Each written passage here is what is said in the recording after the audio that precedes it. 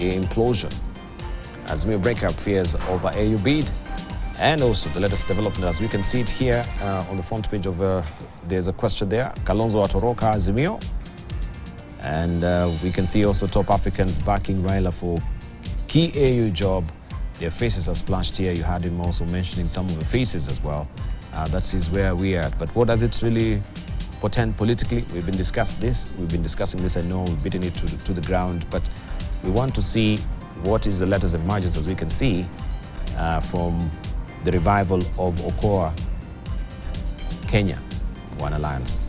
All right, we were to hear from you, party leader, Dr.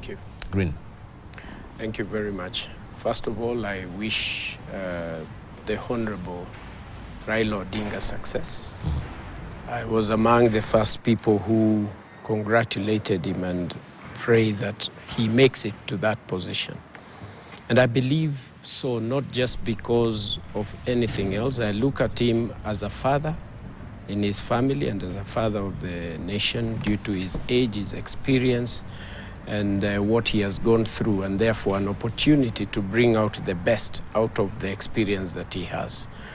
I believe that he is best suited for that position now that he is there. Of course, there are others who wish him to go out there because he has to exit the local scene of politics, and that is how the game of politics is. There are also other ways that people may even work it out that he loses out there so that he is seen to be a loser, and therefore maybe get a different position in the local politics. So all this is the name of politics as it has always been. But give it up to him and why we really need to rethink about these entire processes. One, even as we talk about coalitions, I believe that ODM has stood since the year 2007 against every other coalition and everything that has happened. And therefore it is an opportunity to strengthen institutions. It is time that Kenyans went out to strengthen their own political institutions and the rule of supporting also other institutions, so that we are moving in a direction that is supportive to institutions as opposed to individuals.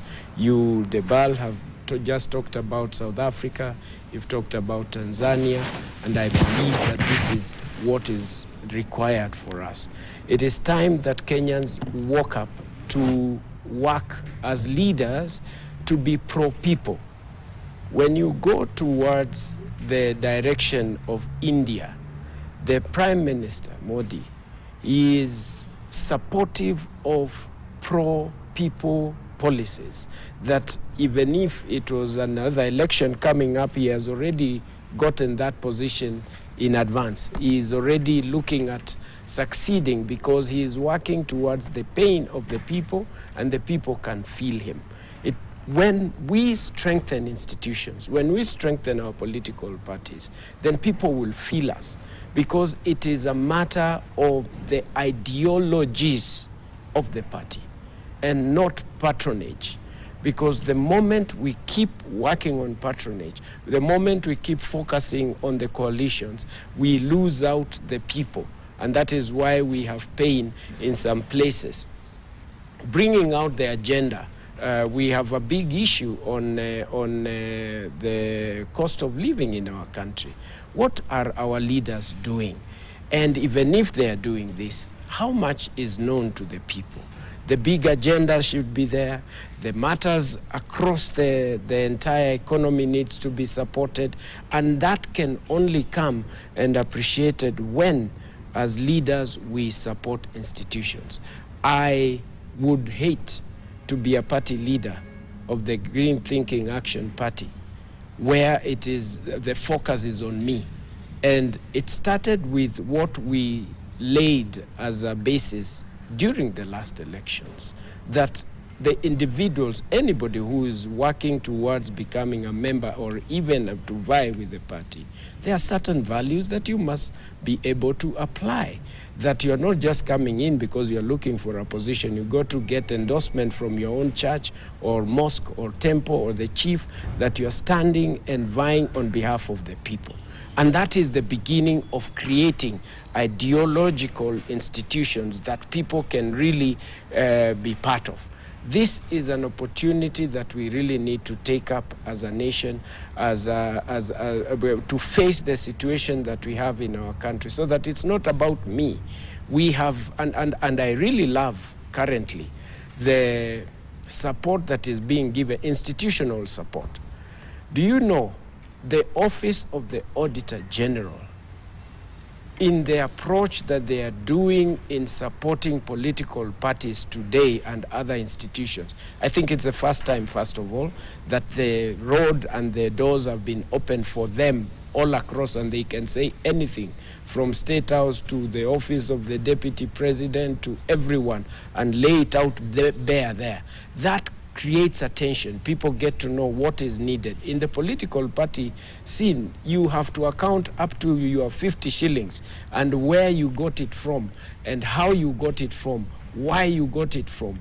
Assets, you don't just assume and all that. And I like the spirit which is going to lead this country into a new position. So I will request, even as Baba goes out there to fight for that position, he needs genuine support, not just wishing him out of the country, because that is what is going to replace the leadership and guidance on what needs to be done. Kenyans read a lot in every situation. When Moi meets with Kalonzo and all that, it becomes totally different. And we have gotten ourselves into a political mode. This must start to change. How does that work? One, we need the common people to understand politics, because what is fanned away from the mainstream media is what becomes the issue. People need to start educating themselves. We must work towards democracy of this country. It's not just assumption that we are going to succeed just because there is someone who is ahead of us. What are we doing on the rule of law? What are we doing on ensuring that there is unity? Because our government, our country is going to grow in all aspects if we have a common agenda, not just that which is broken into communities, so that the Kamba community believe that if it is not Kalonzo, we are dead. If it is not Raila in the Luo community, we are gone. If it is not so and so in the Mount Kenya's community, we are gone. We really must bring our leaders together, facing issues that face our country, work towards being pro-community, pro-poor, in a way that is going to change our nation towards a better direction. And I know that what I'm talking sometimes may sound cliche. What we really need to do is being practical. Leadership, right now, it is starting to rain. The community has been advised by the weatherman. In the lower eastern, by second week, there will be the rains are onset. We need to be mobilizing our community. Farmers and Kenyans whom we represent must be able to see what we are doing in our own farms, where it is already set, so that we know that the rain is common to us. And what we put on the ground is what is going to be able to bring out something that is fruitful at the family level, and therefore going further. So leadership must start from what we are representing as opposed to the market talk, so that we can be able to take this nation to a greater. We have a great country. We have great leaders. We must believe in them. We must think about what is positive. Thank you. That is going to take us to the next level. Let me just come directly to you as a party leader, and of course you have to align with the policies, or maybe the party of the day, with the policies, with the manifestos, with also the government direction in terms of development as well. Where is the Green Thinking Action Party right now? Because with this formation and maybe the realignment, where do you think you'll be left? if you're leaning on one particular party between Azimio and Kenya Kwanza? This is what Rebel I'm calling party ideology. What do we stand for? What do we intend to do? You realize, away from any positioning right now, our position was very clear during the election that we did not get into any political alienation. We stood by our ideology. We have a lot of, it's a party that has got a lot of youth in this country. We will remain on our ideology and bring out the issues that are right. We will ensure that all the party organs are working, whether we have 10 people as followers or 100,000 when others have got 50 million, because we believe it is the voice of the people who understand where they are going that is going to change the country. It is never going to be because of a common agenda. Maybe my question needs to be more pointed. Are you working with Kenya Kwanza or Azimio? We are working towards the ideology of the party, ensuring that the country is run, and we participate with the government that is in power, and to make sure that we achieve what we have as a common goal on our agenda, which is very clear. And I welcome you to visit the gtab.org. Become a member, and you will realize also what we are doing. It's not about a direction, a common direction, and it shall never be, not with the Green Thinking Action Party. It is about what is good for the common person in the country. Green Thinking Action Party is just a standalone party? It's a standalone party. It is an institution of its own, but we believe in the leadership of the Kenya Kwanza, and we believe in what they are doing, and we correct what is being done wrong. You cannot be aloof in this kind of a situation. The government that is in power is Kenya Kwanza, and we must be able to make change from within for common good. And therefore, and you see, what you're trying to drive in is about the issue of coalitions. We want businesses. No, I'm not trying to pitch you thrive. I just want to, because I think I don't want to point you at that particular code. I just wanted to find out. Yeah. Yeah, do you align? Because there are coalitions here. Have you found out now? Yeah, I found out. Thank you very much. Thank you. Let's change this nation. You're doing it right here in the studio. And I believe we all have a responsibility to do what is right for common good. This country needs good people. This country needs God to take control and lead us. And you cannot do that when you're just doing things from afar. You must be inside to be able to do what is good and people to follow what you are doing. All right. Let me come to Kipreto Rapkiro, because his family also in Azimio. And you can tell us, looking at this picture that we had there, I think we have a clip of what was happening yesterday with that particular meeting, if we can just play it and hear what really transpired.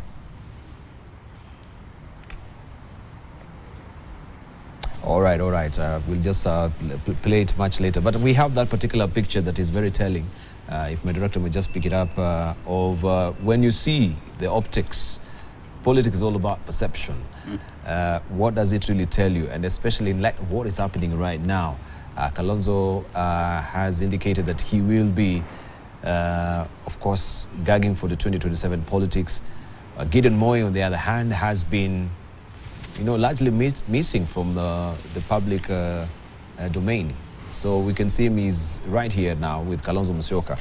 Is there any sort of a formation that is happening? Maybe you're privy to the current state of play. You can prime us? Well, I think at times we read more than we should, because two friends meeting is really not supposed to be to excite anything beyond the meeting. I know Gideon Moi still has been on the Azimio side. He may have some consultations with the government of the day, because he's a businessman. And if my business, like if I had enough maize to sell to government, I would do business with government. But it doesn't mean that I've sold my soul to them. It is very interesting that people, and that's why I say don't write obituaries of individuals, including Raila, when he's still alive. Nothing is lost for Raila. Whether he wins the AU position or he loses it, nothing is lost. He's still here. He can still influence change, either himself presenting himself as a candidate or supporting a candidate of his choice. It could be the current president. It could be somebody else totally unknown to us. Remember 2001, when opinion polls were done, even in America, among Kenya communities abroad, Mwai Kibaki never featured as a serious contender for the position of the president. But in 2002, he got 66% of all the votes cast in Kenya. This therefore means in politics there is still a lot of work to be done. What I would beseech my colleagues, my friends, is that let us consult and let us not have William Ruto as the agenda of consultation. Let us consult with a view to seeing what can we do to make Kenya change for the better. Because if we make William Ruto a product of our consultation, should he fail even to appear for the next election for one reason or the other, it means we have no agenda for Kenya. So it is very important that as we consult without necessarily thinking of him as our major roadblock. Gideon Moi, they have been good friends with Kalonzo Musyoka. Remember, Kalonzo Musyoka was very close to his father. Actually, his father and the late Mulu Mutisha midwife the process of Kalonzo Musyoka rising to national level.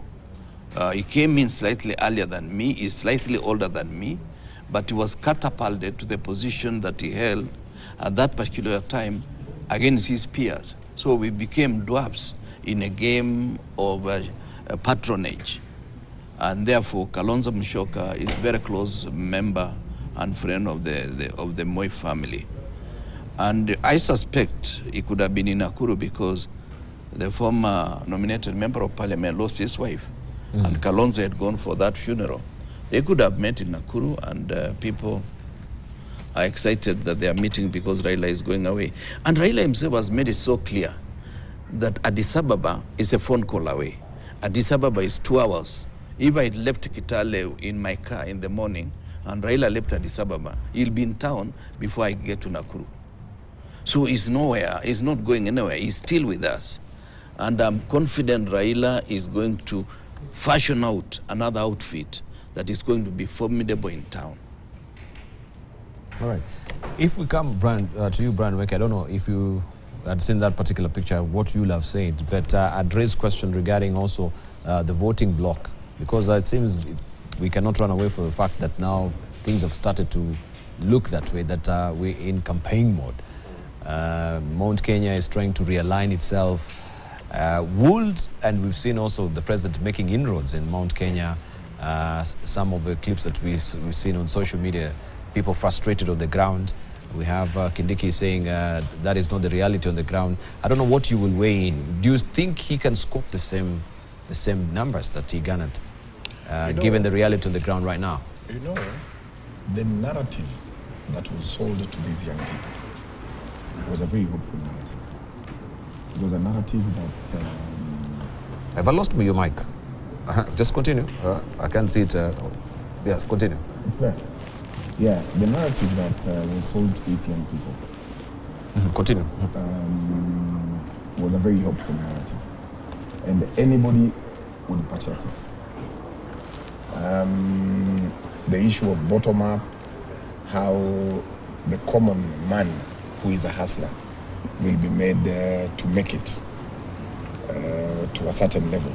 That narrative... Yeah, I can see your mic. I think it's dropped. That's what I was asking. And yeah, just hold on. We continue that with... narrative. Yeah, we'll continue with Kindiki. I can pick it from there. My friend talks about the popularity of Kenya Kwanza and Azimio in central Kenya. But actually, if you look at the politics are dynamic. They are not static. So they keep changing. What the politicians promise people is not actually what is implemented. Some of the reasons, sometimes people blame politicians. They say, you promise us that you have a bridge, you have a road, you have a hospital and schools. I remember, these promises are free and are given by politicians just because in our culture and in our context, and we do not have proper policies that guides politicians on what they should say and do. But when they come to implementation, they find some handles in implementation process because there are other institutions that come to play. Like now, Kenya Kwanza promised people about the bottom up. And it is really facing a lot of challenges because there are other things that come into play which are not considered. And even look at any political planning on the ground. It looks so impressive. But when it comes to implementation, challenges come because now there is parliament that has been formed, there is judiciary, and also the executive, the three arms of the government. They have to work together. And the process of doing so, implementation, faces challenges. However, the challenges that are faced does not mean is the failure of the promises made, because at least that's why you find politicians who will say, even if I promise 100% and then I score 60-something%, then I'm done. And that's what is happening on the ground. Right. Now, allow me just to rope it in that now he's back back so that I just wanted to complete that statement, Dibar, but maybe you'll give me another chance. Maybe after you finish. All right. Yeah. What I was basically saying in very simple terms is that the narrative that was sold, nothing is yet to be delivered based on that narrative. And the young people of Mount Kenya are not happy. Actually, not happy is an understatement. They, for the first time, I've never seen them that vocal. You know, Kikuyus, in terms of nature, they always tell you, mutaona kwa debe. They're never vocal. They say, they're very reserved. They keep their political opinions to themselves. Mm-hmm. But now, for the first time, they are not even allowing their leaders to address them, which is a very dangerous area where we're headed to. Now, for Professor, because I can see maybe you do a lot of strategy for government, they really need to think. Number one, what happened in this election is a very brilliant thing that happened that people did not see. That since the advent of multipartyism, the Mount Kenya region have had a formidable candidate. During the Moi time, they had, what was his name? Matiba, who was a very, very prolific and charismatic leader, and Kibaki. Then when Matiba exited the scene, it was Kibaki candidature. When Kibaki left in 2002, it was either you choose a Kikuyu or a Kikuyu, because we had either Uhuru or Kibaki, so it was a win-win for them. So basically, since the advent of multipartyism, Kikuyus have had a very formidable candidate to run for election. Now, what happened in this election, which was very brilliant, is that they were not in the picture. So it was either a Ruto candidature or a Raila candidature. Either way, they were not in the picture. Now they've come to realize that they were played. And if you can see where I sit, William is very brilliant. What he's doing, he realized what he sold in Central. He sold something very powerful in Central, then did not create a kingpin.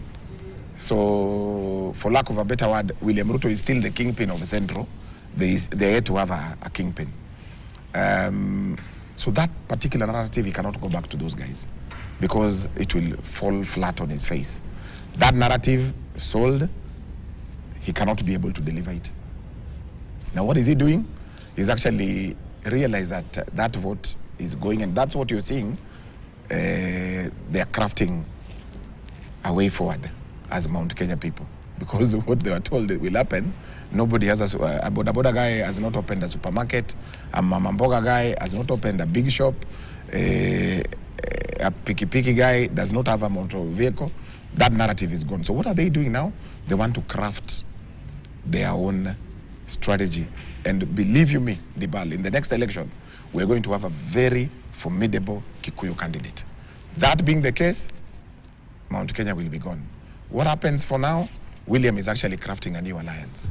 And the alliance that he's crafting is speaking to the Luo community, he's speaking to the Western Bloc, and ensuring that he keeps his backyard. And that is what is going to happen. Without the Kalonzo factor, will the Kalonzo factor be also big in that equation? Because Kalonzo is a factor where? If you lose... In what politics? Kalonzo is not a factor in any politics. Why is he not? He is not. Number one... You need to substantiate that. Let me tell you why he's not. For Kalua Kumbe, you are in Wiper. Every leader in this country. The reason why I'm saying Kalonzo is not a factor, the reason why you're seeing Raila being who he is because of consistency. Raila has been very consistent in what he fights for. The reason why you're seeing William in that seat of presidency is that he's gifted. He can sell a fridge to an Eskimo and they will purchase. Now, look at Kalonzo. He's not a consistent guy. Today he says, if I support Raila again, then I'm not a serious Kenyan. The next day, he supports Raila. So nobody takes him seriously. Today, if Raila said a lie in this country, and they said that this is the position, do you know people believe Raila? His believability is nearly 90%. And Kalonzo says something that is true. People will not believe him. And that is the problem. So for you to create a formidable candidature, number one, your believability should be very high. Your consistency levels should be very high. And you need to have a very strong backyard, which Kalonzo does not have. You're right. I've lost. I think it's Kirwa.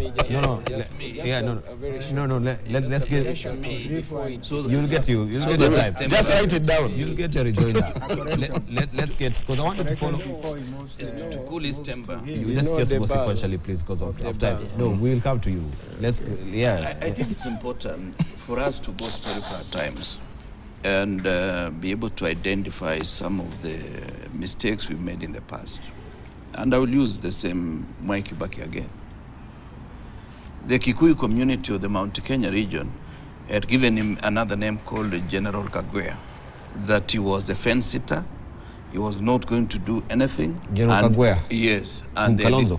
No, Kibaki. Kibaki, okay. Mm-hmm. And they dismissed him completely because by then Nyanja was General Kayepa. Which was seen to be the guy who can do so much. General Kayepa.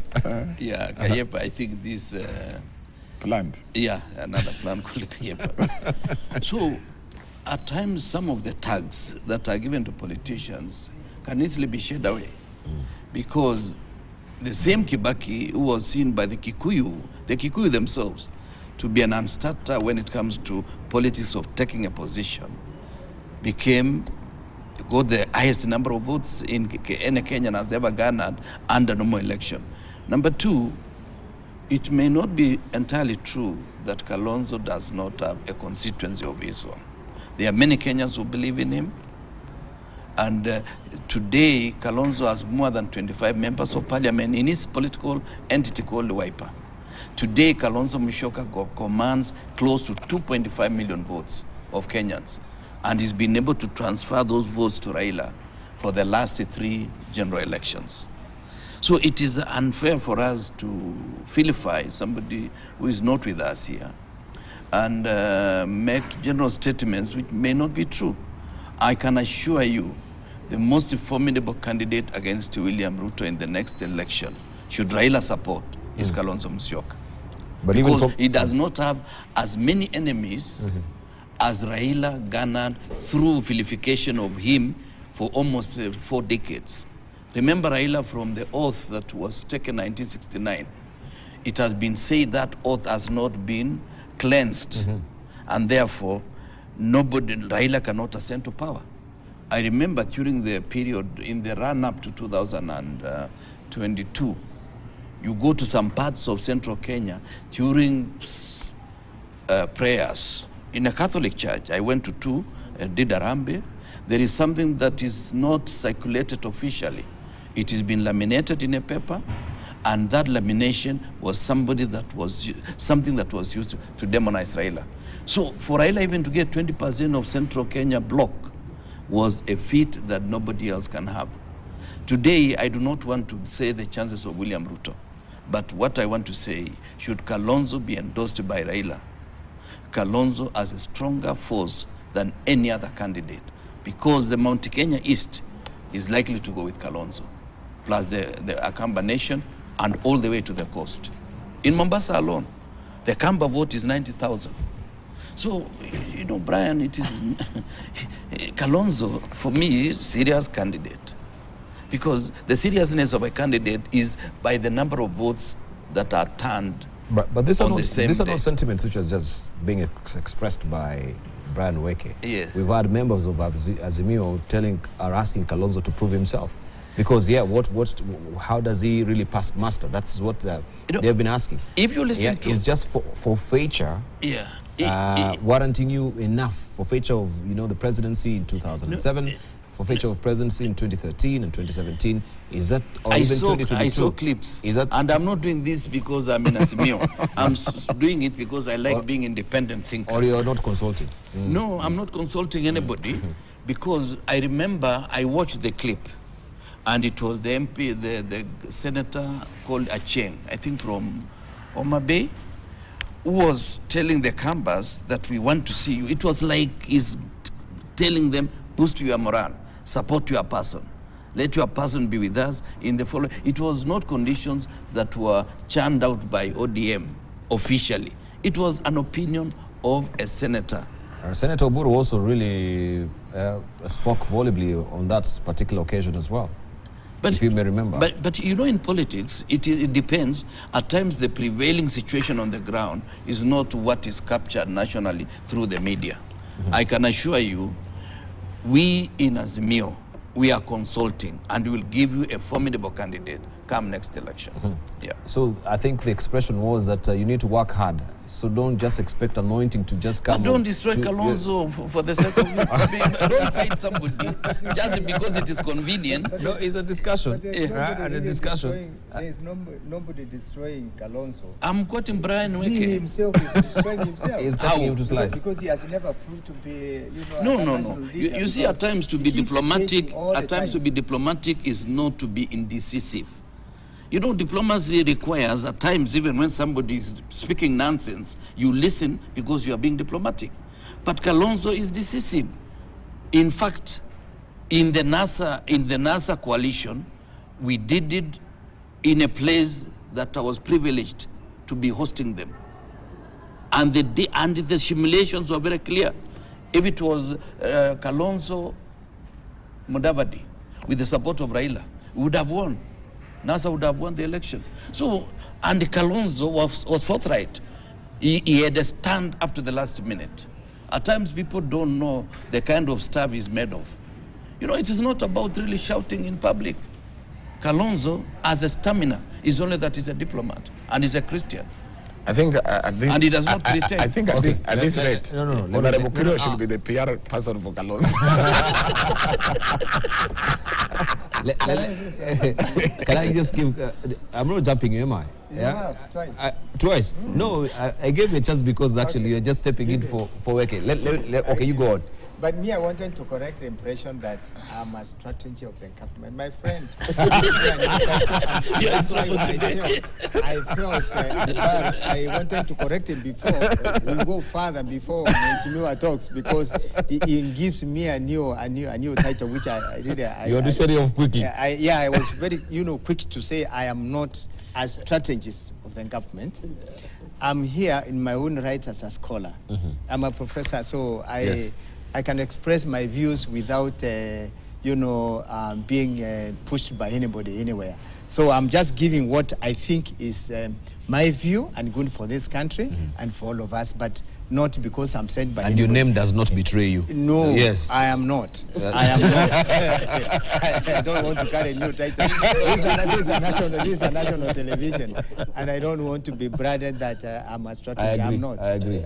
Agreed. Having said that, Dibar, politics in Kenya, as we have been, discussing here, they are based on personalities. I think some other ones we are using patronage and all that. Without Raila, Azimio will be a very weak party.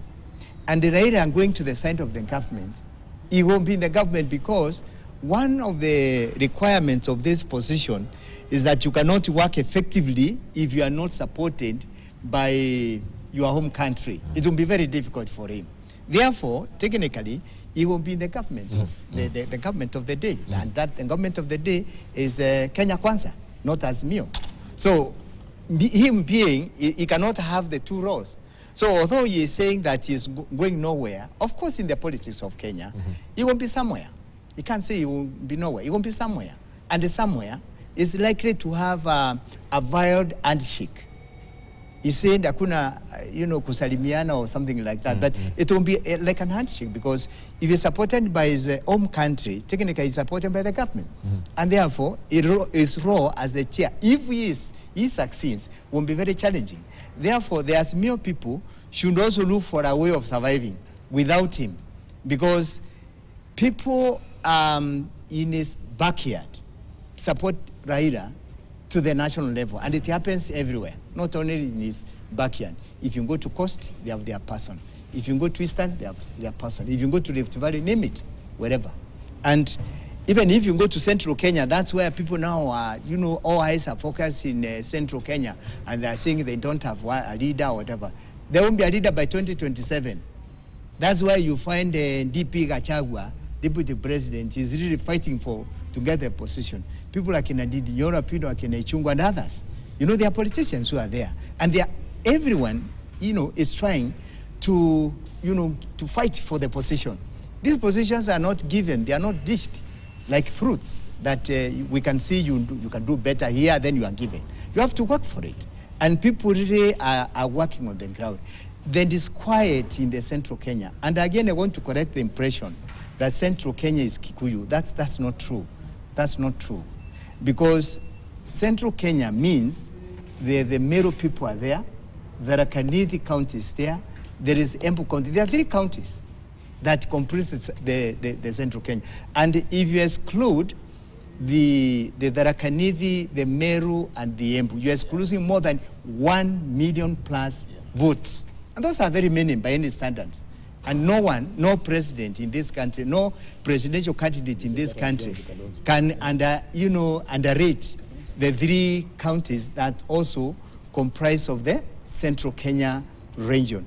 Therefore, when we combine all these counties, the ones you want to brand as Kikuyu community, but also the Merus there, the Tharaka-Nithis are there, and the Hembus, when they are combined, we call them the Central Kenya. So they are looking for a leader not to become the president 2027, but all the politics and the noise which is being made is for 2032, because it is believed in Central Kenya, and you can take it to the bank, that after William Samuel Ruto, the president of the Republic of Kenya, the Kikuyus are going to bring their own candidate, or the Central Kenya, not even the Kikuyus, the Central Kenya, they have their own candidate, who will also be fighting for the position with other candidates also from the rest of Kenya, because Kenya is not made of Central Kenya only. They will have maybe from Coast, they will have from where, but as a community, because our politics are community-based, they will have their own person, 2032, not 2027. That's why I refute the argument that Kenya Kwanza is weak now, because if they start fighting the current government, they are unlikely to have a strong candidate 2032. So the noise here is not for 2027. Nobody is interested in 2027, because if they go that, then they will lose. So the strategy they have, and my friend calls me a strategist, but not a government strategy, but the strategy, I'm expressing it because I'm expressing it as a scholar, that the strategy that should be there now is how they are going to bring back the president, the current president, and then 2032, they will seek also support from the outgoing president for their own candidate. All right. That's the strategy. For their own Simple candidate. as that. Okay. Yes. Let's hear from Dr. Green, because you wanted to intervene. I think I stopped you on the way. I hope you've not lost your fire. The fire is not lost. In fact, what I have realized is that indeed God loves Kalonzo Musyoka. Because the words that my good brother and brother-in-law in Mheshimiwa Kirwa, what he said is exactly what I would have said. The only difference is that he was folding his fists ready for fight. So So I think God loves Kalonzo Musyoka, and I have a reason. Having said what he has, which I align myself fully to, there is every reason that President William Ruto needs Kalonzo Musyoka to govern peacefully. Kalonzo Musyoka needs President Ruto to be a blessing to his people.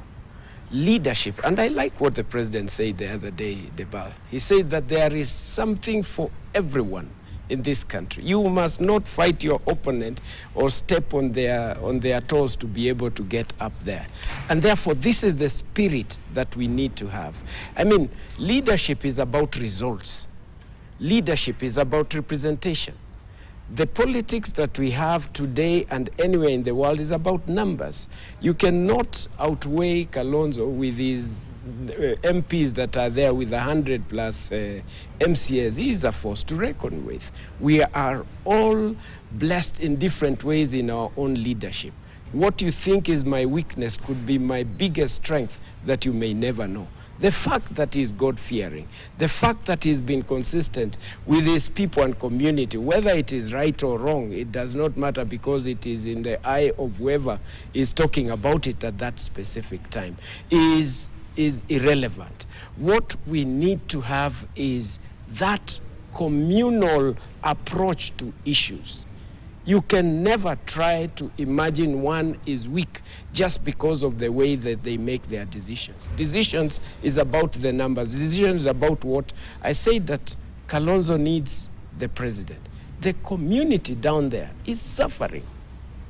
The representation of the government per se today, instead of representing what the people want, they're fighting. I am telling you, if what is happening in the lower eastern is known today in as far as representation of leaders who represent the government, I included in one way or another, is far from anything that the president would like to be associated with. Infights. Oh, you went to State House, you left me behind. Oh, you spoke this to the president. Oh, you think you are the one who is closer to the president than I am. Yet the people of that region are suffering. Yet the people need leadership. People need roads. People need the fertilizer that is being talked about. People need seed. People need their children to go to school. Yet the representatives are the ones who are from PSS to CSS to president's friends to everyone, instead of coming together and create a working relationship that can bring unity and results to that specific area. So this is why I say, and I'm not talking just about Kalonzo Musyoka, because tomorrow you will be surprised in the elections that Kalonzo Musyoka could be a president candidate and Musalia Mudavadi, my good friend, is following as a deputy president. No, nothing is impossible in our society, and as far as politics is concerned. History has it very clear. So we need not to break the support. I have talked earlier on about the need to have pro-people approach to issues. Leaders get there and they get mesmerized with the power and authority that they have. They forget that it is just for the time being. They forget that they are representatives of the people. And I'm not talking about just the lower eastern people, because it is about nation. I would be happy that every leader has got an MCA in every place across the country, as opposed just from one region. To work towards that means preparing today and appreciating that we are endowed in different ways and values that is going to make this country a great power. Those infightings need to come to an end, and we work together without looking at community and individuals. Right. Is that time for rejoinder? You rejoined and I come in again. Yeah, you can couple it and roll in one with the closing remarks, because my music is flagging me up. It's flagging me up. It's time to wind up. I am just doing a quick math. And when I listen to my older brother here telling me that Kalonzo has 25 MPs, Yes. that only translates to 7% of parliamentarians. Now, Kalonzo, and this is what I want them to take home, because I can see they're very good Can we PR people. Can we talk about leadership, No. not Kalonzo? We will, I think I think you speak about leadership. Let me talk about Kalonzo. Yeah, yes. Kalonzo as a leader. You talk about leadership. Now, Kalonzo, for him to lead this country, there are key things that he needs to have. Number one, you cannot be seated every time you're waiting to be endorsed. When you hear Kirwa saying that Kalonzo with the endorsement of Raila, that basically means that you're not a standalone person. Kalonzo ought to mobilize in the entire country so that when he comes to the table, he comes as a factor, as a serious leader who can be able to mobilize support. Now, just look at before Raila went to the AU. He has traversed the entire country, recruiting ODM members. He was in Busia, he was in Kakamega, he was in Mombasa, right now, he was in Kisii. You want to sit on a table and wait for endorsement with 7% of members of parliament. What we are saying is that he needs to be serious. Because on that table that you're talking about, you'll be asked 3 questions. Right. Do you have the resources? I highly doubt he has. Number 2, do you have the organizational skills to run a campaign for presidency? I highly doubt he has. Kirwa says he might have, it's just that he's quiet. Do you have the support of the people? Yes. 7%, I highly doubt. All right, Kirwa. Work on that, Kirwa. Can you see, maybe you need to recruit a Brian Weke. To be the strategies that now you're talking about. We need to wind up, we need to go. Yeah, Let's get our closing remarks. I think Brian Weke will be a very dangerous member of our team. Because he himself is more Azimio. But he's puncturing one of the greatest players. But what I just wanted to remind Kenyans is that... because we're winding up. Yes. I'm being actually hounded out. I wanted to remind Kenyans, using the same case of Ali Hassan Mwinyi, the late president of Tanzania, that at times it is not what you have accumulated that makes you tick. Today, Ali Hassan Mwinyi is dead and is going to be buried, perhaps today because he's a Muslim. But in Zanzibar, he has his own son succeeding him.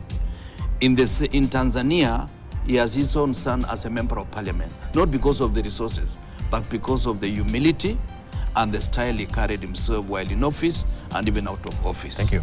Let's leave it at that. Your closing remarks, Sindiki? Yeah, Professor my Kindiki. closing remarks is that I will commend the President, His Excellency William Samoei Ruto, for supporting Raila candidature for African Union, because with the exit from the politics of this country, because actually he says he is not exiting, but he's exiting from the local politics to African politics.